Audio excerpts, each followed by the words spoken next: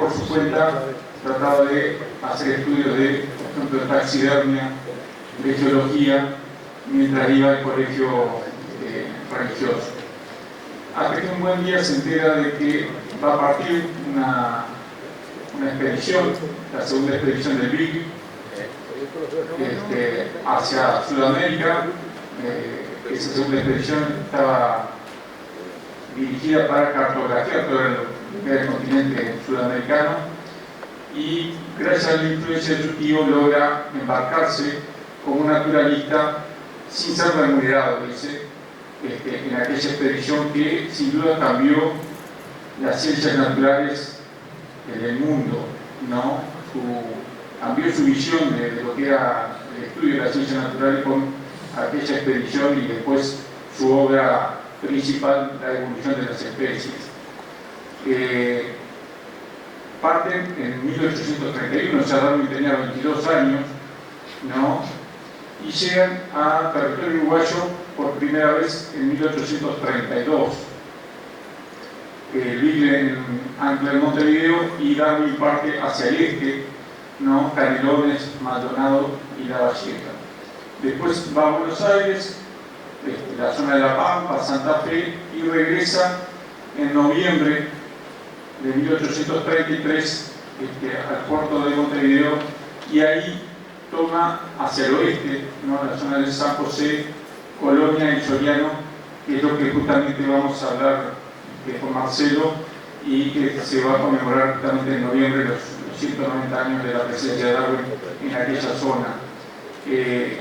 Como decía, no solo cambia la historia de las ciencias naturales, sino que Darwin pone en el plano mundial a un paísito como Uruguay dentro del estudio de las ciencias. No solo en la geología, sino que en las ciencias naturales y especies nuevas que descubre en nuestro territorio. Así que comenzamos. Bien, muchas gracias, Jorge. Buenos días para todos. Bueno, realmente estar nuevamente en estas jornadas. Y bueno, el recorrido que va a hacer Darwin a partir del 14 de noviembre de 1833 va a salir de Montevideo hacia Canelones, va a tener el problema de cruzar el arroyo Canelones, en la zona de la ciudad de Canelones. Luego el Santa Lucía, que está vencido también, luego el San José, y va a llegar a la costa del Cufre, que es en el límite departamental del departamento de San José y Colonia, y va a hacer noche ahí. Y lo primero que llama la atención es lo variado del relieve, que él había pensado en una primera oportunidad que era todo muy llano, y luego en sus recorridas, cuando va a Santa Fe, ahí se da cuenta realmente de lo que es una gran llanura, y va a anotar en su diario esas quebradas, esas cuchillas que hay en la zona limítrofe entre Colonia y San José, que es la meseta del Cufre, y puntualmente va a estar esa noche del 16 de noviembre de 1833. Y acá la primera sorpresa para nosotros, cuando estamos haciendo la investigación, estamos releyendo el diario de Darwin, y nos pusimos en contacto con la gente de Isla Polier, que es donde estaba físicamente la costa, y no tenían la noticia de que Darwin hubiese estado ahí, lo cual toman ese dato, se le pasó la copia del diario, se le informó al alcalde, y el próximo noviembre se va a hacer un homenaje, se va a colocar una placa en las ruinas de esa posta también. Entonces hablamos de sociabilizar la información, el conocimiento, y justamente regionalizar estos datos es importante porque ya se va a integrar. Va a recorrer Darwin 175 kilómetros dentro del departamento de Colonia, es un plano 1759, en el cual va a marcar puntualmente el eje del camino real, que es más o menos paralelo a la ruta 1, y también siguiendo hacia lo que es la parte noroeste del departamento de Colonia. Ya una zona densamente poblada, por lo menos sobre el eje de este camino. Va a recorrer desde esta costa de Cufre y va a llegar el día 17 de noviembre a Colonia del Sacramento, desde lo que es la parte donde se encuentra actualmente Isla Polier. Va a pasar por lo que es el Colla, que él lo nombra como la aldea del Colla, que es sobre el arroyo Cosa de Rosario, va a cruzar sobre el paso de Rosario, va a tomar un apunte de lo que era el río, un río bastante caudaloso, bastante profundo, esto es casi una confluencia sobre el arroyo Roya, y luego va a llegar a Colonia del Sacramento. Una colonia, evidentemente, de 1680, que la va a encontrar prácticamente destruida por muchos años de guerra. Las fortificaciones también ya habían empezado a decaer de su parte estratégica. Evidentemente, quien estaba en este caso el faro, que es de 1857, y va a ser una gran destrucción. De hecho, también va a haber un excavación en una casa donde hay restos de la historia patagónica, que lo va a registrar, va a hacer un gran análisis de lo que son las construcciones en Colonia, y también va a tener un tema aparte con lo que es la iglesia. En 1823, un rayo había caído en la iglesia servía de polvorín, en ese momento estaba en manos de los brasileros, estaban haciendo un Te Deum el 14 de diciembre de 1823 en reconocimiento a Pedro, el rey de Brasil, y en este caso él va a poner en su diario el efecto de la naturaleza del rayo con la pólvora, y va a encontrar una iglesia totalmente destruida.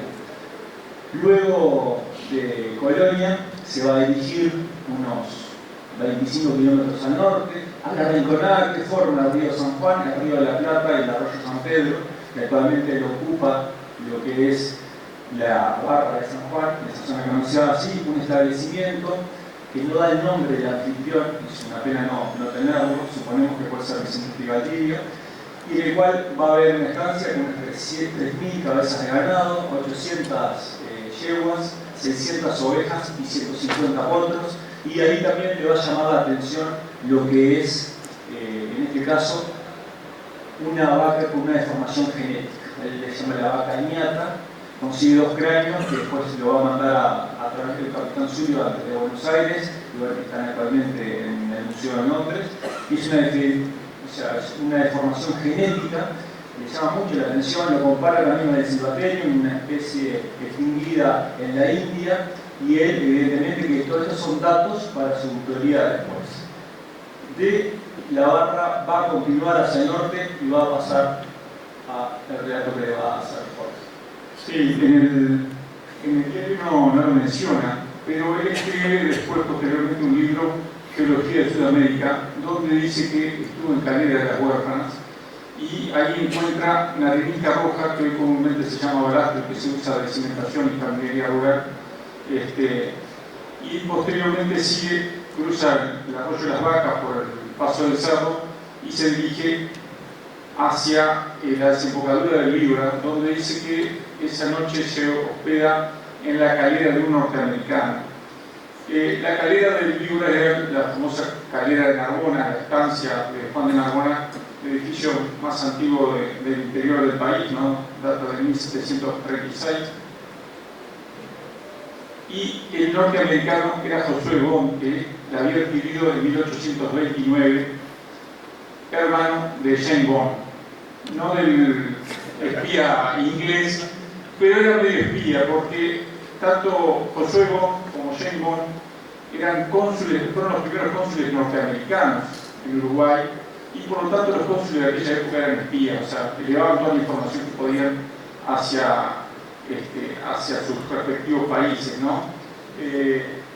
Obviamente que con el idioma ahí no tuvieron problema en hablarse, y Darwin al otro día temprano, después de salir de Narbona, trata de buscar las marcas que había dejado un yaguareté, un puma, ¿no? En los árboles cerca de Punta Gorda, donde esa mañana llega a Punta Gorda y queda asombrado por el paisaje, ¿no? Ahí ve justamente el río Uruguay, el delta del Paraná y la naciente del río de la Plata, y estudia el perfil,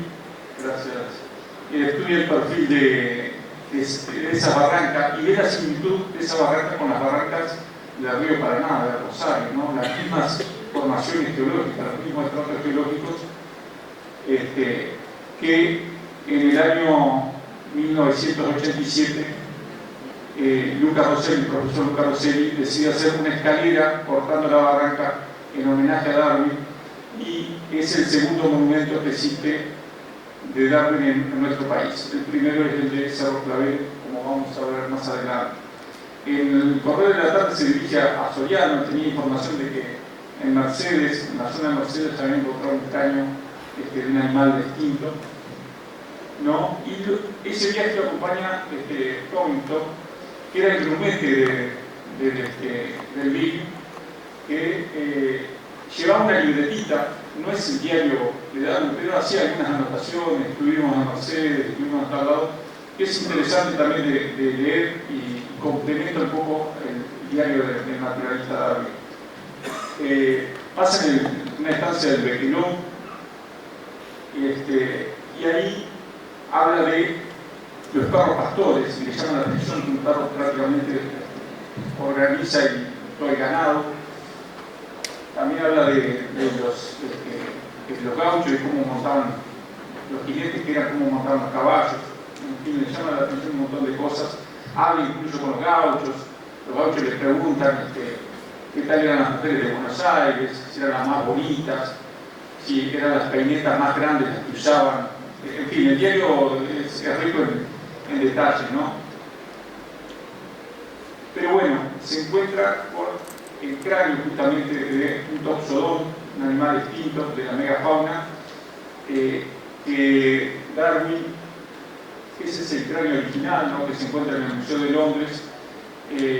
Darwin enviaba cada tanto, cuando podía, cajas con fósiles, aves, animales, insectos, a Londres. O sea, era un científico que no era egoísta, ¿no? Repartía a los zoólogos, a los botánicos, a los paleontólogos toda esa información, y el cráneo lo estudia Owen, el famoso paleontólogo que comenzó con los dinosaurios, y le pone ese nombre justamente Toxodon platensis, y creo que es la primera especie que encuentran en este territorio, ¿no?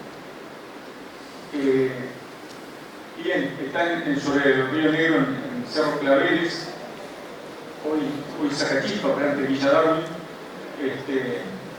También estudiando el perfil geológico de esa barranca, y este es el primer monumento que se hace en 1933 de Darwin, y la presencia de Darwin en el oeste de nuestro territorio. Vuelvo a repetir, el hecho importante de que Darwin esté aquí es que marca a nivel mundial que Uruguay aportó a la ciencia natural y a su estudio del libro de El origen de las especies.